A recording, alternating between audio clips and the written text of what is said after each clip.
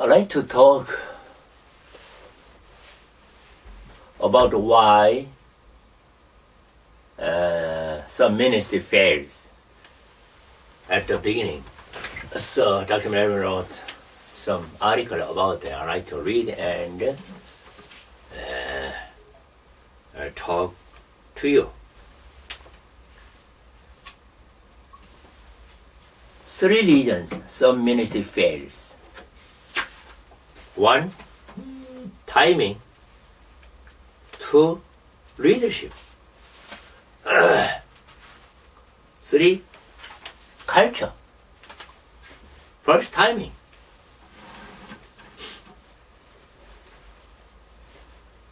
The people launching this ministry is a church maybe impatient, or the church may be too busy, or the culture may not be available. Impatient. You may start too early before you are adequately prepared. Take time to have most of your ducks in a row before starting the ministry. Busy. I can say, fucking. Before. We may start too late. A church peaks like a baseball team peaks, rising to the highest level of fever. It is ideal for a baseball team peak toward the end of the summer, a few weeks before the playoffs.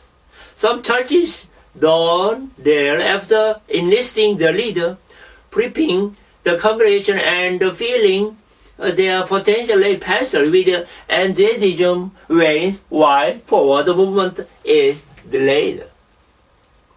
Busy. The church may be launching other programs and ministries, or the focus may be on some scheduled event. To try to introduce the lay pastor's ministry into an already crowded calendar is impossible. People are too busy to give sufficient attention to it. Culture. Getting a whole congregation ready, curated for this ministry is imperative. One pastor preached a series of sermons on lay ministry, met with the focus groups, and had books for people to read for months. He finally tuned his sermon to the one minister of lay pastoring. The led some people to offer themselves to be lay pastors, and the others to receive their pastoral care. Timing equally important for repairing the broken ministry or pumping new life into faltering one. 2, leadership.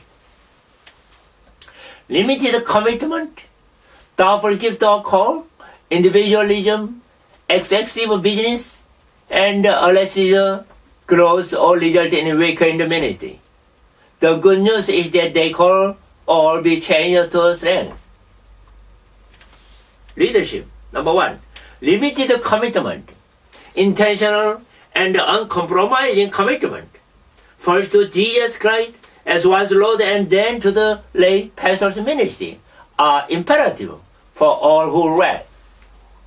Jesus put it this way: no one who puts his hand to the floor and looks back is fit for service in the kingdom of God. Luke 9:62. Double gift and call. This is a gift-oriented ministry, not for just anyone who is willing. It is call-based, not for just anyone who may volunteer. Leaders are persuaded in order that God wants this ministry in our church. And I want to be leading this ministry. They want me to be leading this ministry. Individualism. For a health ministry, the leader must have the team concept. He or she must be committed to collegiality rather than the long-range style. We is you to much more than I. The principle is written in Proverbs 11:14, in an abundance of counselor there is safety.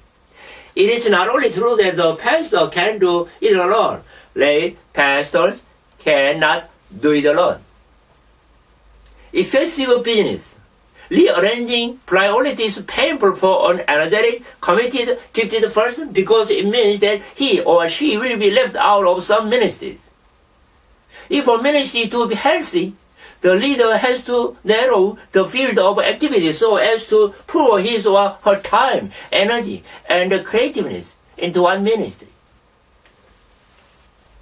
A lasting growth. A leader needs to be ever-growing. There is so much to learn both about ministry and the leadership skills. He or she needs to be Peter, who, after writing Care for the Flower of God, concluded a list of leadership qualities with.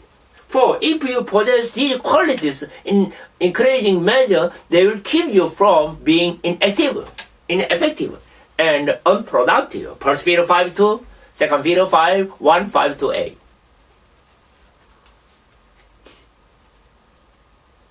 Number 3, the culture.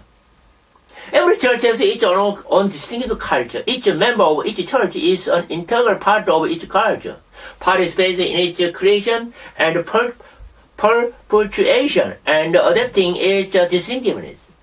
According to Edgar Shaken, rated the Stephen and Colin, the equipping pastor culture include: A. The observed behavior regularity. B. Dominant values. Example, church attendance is the ultimate expression of spirituality. C. The rules or laws. Example, the usual way to become a member of the church board is to serve several years on the finance committee. 4. The feeling or climate that is conveyed. Example, it is not acceptable to raise one's hand in worship. The culture is either a barrier to the lay pastor's ministry or a carrier. If the member of congregation have the idea that only the ordained clergy can give pastoral care, a lay pastoral care ministry is doomed from the start. Conversely, if the members believe God calls lay pastors as well as clergy to the synod ministry, a lay pastoral care ministry will likely success. There you have a timing, leadership, and culture. The 3 essentials for the health ministry, which, if not intentionally respected, may cause a ministry to fail. This gives us all a lot to work on. So when we're doing this ministry, we have to remember 3 important elements